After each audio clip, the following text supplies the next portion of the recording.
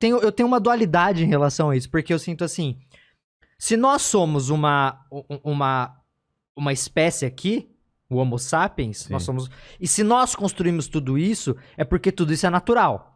Natural em que sentido? É natural, porque se nós nascemos aqui, se nós fomos criados aqui, se nós se desenvolvemos aqui, tudo que a gente criar é natural. Natural em que sentido você tá falando assim? É natural, tipo assim, tem gente que fala assim, um prédio não é natural. Tá. Você, sei lá, tirar carvão da terra não é natural, tirar petróleo... Como não? É a mesma coisa uma formiga construir um formigueiro, é natural porque... É natural, porque ela tá usando e a gente usa as ferramentas que a gente tem, que a gente criou, mas que a gente só criou o que tinha aqui. Entendi. Certo? Então, é isso que eu falo. Tudo que a gente faz é uma consequência natural, quando você parar pra pensar. Da nossa inteligência, da nossa capacidade. E é isso, e faz parte. Mas, ao mesmo tempo, quando a gente pensa em ser humano como mais uma espécie que habita um planeta e que precisa de condições específicas pra viver, e a gente precisa de condições específicas, você muda 3 graus pra cima ou pra baixo, você ferra o ser humano em uma porrada de espécies. Não, se o eixo da Terra inclinar um pouquinho mais, já... eventualmente, por exemplo, o eixo da Terra já se inverteu várias vezes. Eventualmente vai inverter. Vai dar uma merda. Era glacial, vem no seu... Vai mudar coisas aí. Mas é isso, o planeta, ele já passou por coisa muito pior que o ser humano. E ele sobreviveu, e ele tá aí. Mas o que é sobreviver? É ter vida. O que é ter vida? Aí é outra questão. Outra discussão também, mas vida pelo que todo mundo entende como vida, vamos dizer assim. Então, assim, nós somos uma espécie que conseguiu entender que tá viva, e aí é o meu grande ponto de desespero. O que eu acho? Eu acho que o ser humano é uma grande cagada.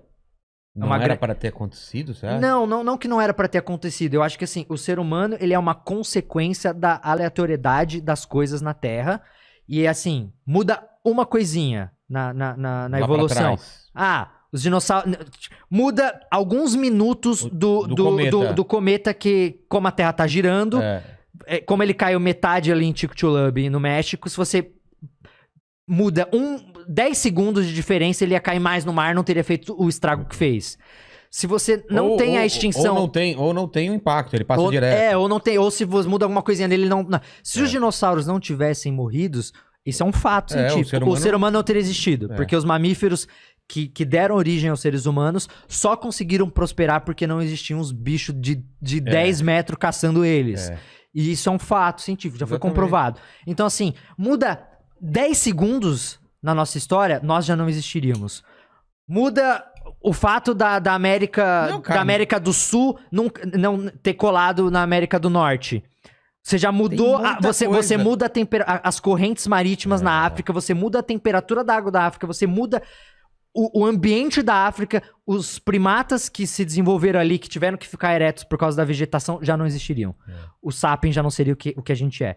Então, assim, são tantas variáveis. É um absurdo, tantas variáveis. E ao analisar todas essas variáveis, e eu posso listar mais 30 aqui, se você quiser, o ser humano não ia existir da forma que a gente conhece. Então, assim, o ser humano, pra mim, é uma grande cagada nesse sentido. O fato do nosso cérebro ter criado consciência e da gente ser inteligente como a gente é resultado de uma série de coisas que a gente entende muito bem.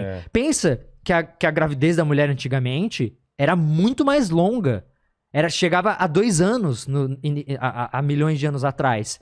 E de que a época em que o cérebro do ser humano começou a crescer... Teve que expulsar antes o negócio. Começou a matar as mulheres no parto. Começou a ter uma incidência muito grande de morte no parto. E aí, os seres humanos perceberam que tinham que tirar essa porra um pouco antes. Exatamente. Porque senão não ia sobreviver. E o fato do feto, do bebê humano de 9 meses precisar de tanta atenção fez com que a gente se unisse como sociedade. Em comunidades. E isso foi muito importante para nossa evolução e tudo mais. Olha quanta coisa que vai... Isso é só algumas. Existem várias outras. Então, assim, quando você junta todo esse quebra-cabeça e você fala, qual o resultado disso? Ser humano como a gente conhece, que mudou tudo, que construiu, que tá mudando o planeta, que saiu do planeta e foi pra Lua e tá indo pra outros planetas. Eu acho de coração que o ser humano é a primeira civilização inteligente e a única que vai existir em todo o universo. Eu tenho medo que seja isso, porque parece que sim, cara. Eu acho é uma que coisa isso. tão... Eu acho que assim, podem existir outros seres, mas assim, a gente tem o exemplo aqui na própria Terra. Quantas espécies existem de bicho aqui na Terra que não são nem perto de ter a inteligência que a gente tem de transformar o ambiente da forma que a gente transformou? E de acreditar em Deus e o caralho. Não, e nada garante que os golfinhos, se a gente não estivesse aqui, iam chegar no nosso nível de consciência, nosso nível de inteligência e tudo mais.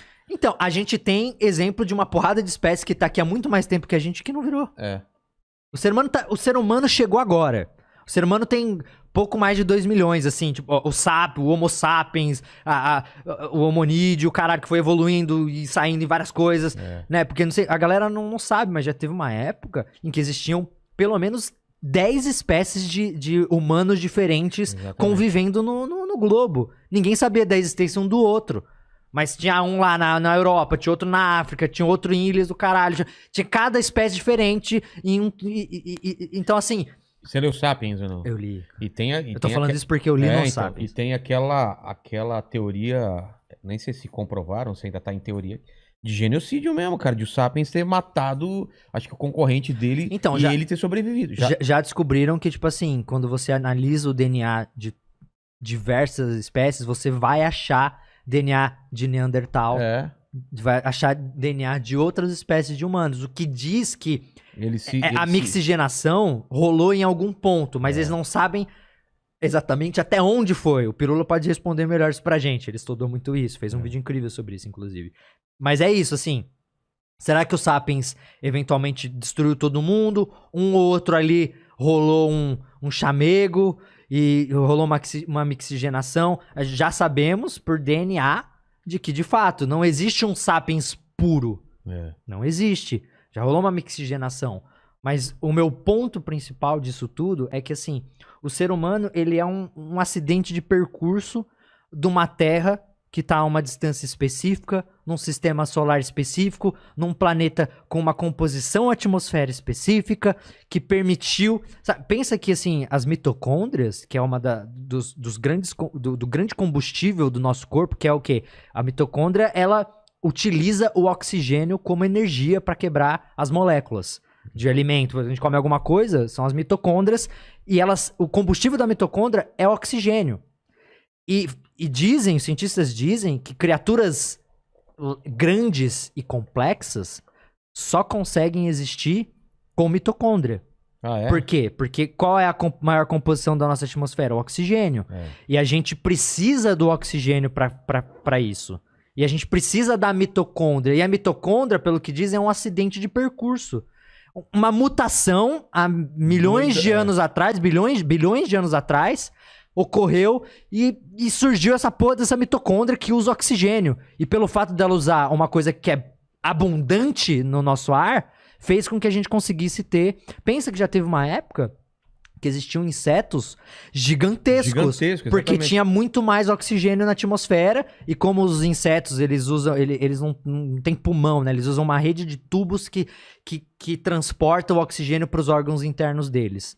E aí, tipo... As plantas eram maiores também, tinha umas coisas absurdas. Imagina que um inseto que ele só pode crescer até um ponto aonde a quantidade de oxigênio que tem disponível chega naqueles órgãos. Se ele crescer demais, não chega mais. Sim.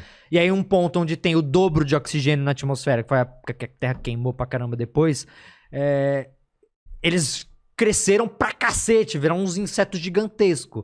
Então, assim... Todo o caminho da Terra, que tem 4,5 bilhões de anos até agora, deu origem a gente aqui que tá agora conversando nesse podcast. Não,